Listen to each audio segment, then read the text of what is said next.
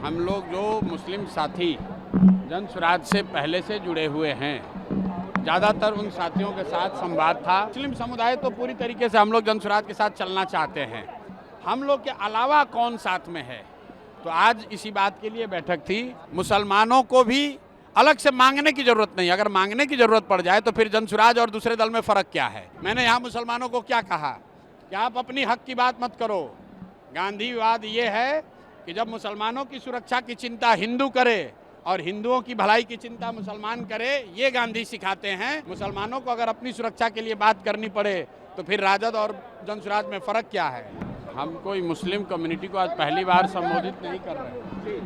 आज हम लोग जो मुस्लिम साथी जन स्वराज से पहले से जुड़े हुए हैं, ज़्यादातर उन साथियों के साथ संवाद था।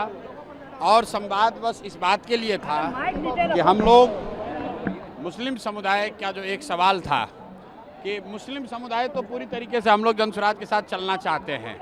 हम लोग के अलावा कौन साथ में है, तो आज इसी बात के लिए बैठक थी कि जाकर हम मुस्लिम समुदाय को ये बताएं कि आप आइए और देखिए कि बिहार बदलाव की इस यात्रा में कैसे हर समुदाय के लोग, हर वर्ग के लोग बड़ी तादाद में जन स्वराज के साथ जुड़ रहे हैं, जुड़ गए हैं, संकल्प ले लिया है।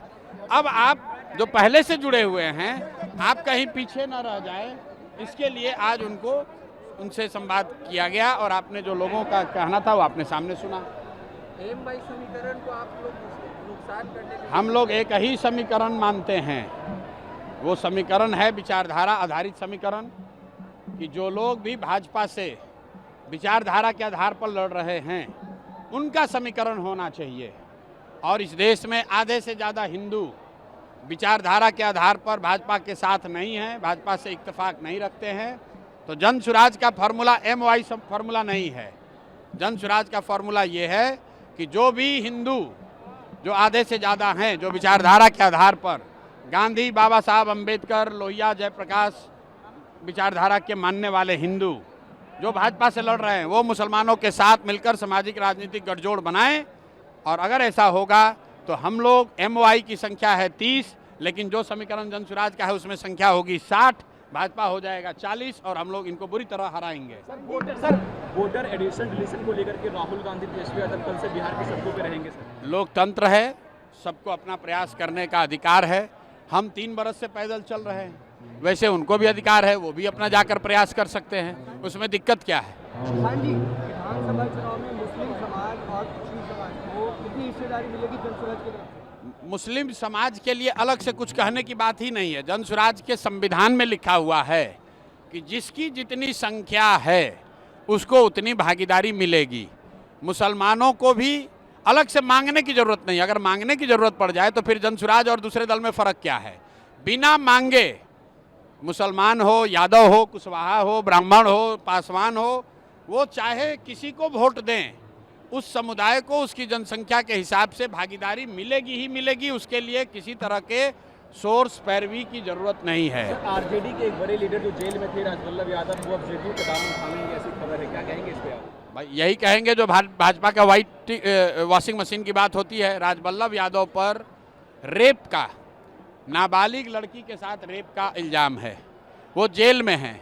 उनको सरकार की बिना मदद के बाहर तो निकाला नहीं जा सकता है।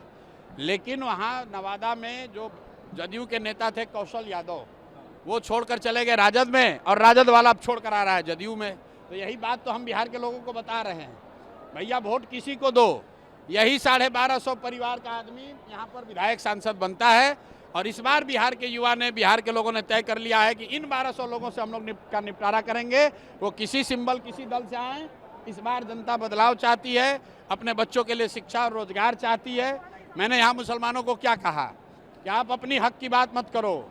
गांधीवाद ये है कि जब मुसलमानों की सुरक्षा की चिंता हिंदू करे और हिंदुओं की भलाई की चिंता मुसलमान करे, ये गांधी सिखाते हैं। मुसलमानों को अगर अपनी सुरक्षा के लिए बात करनी पड़े तो फिर राजद और जन स्वराज में फ़र्क क्या है। आपको अपना हक मांगने के लिए यहाँ आवाज़ नहीं उठानी है।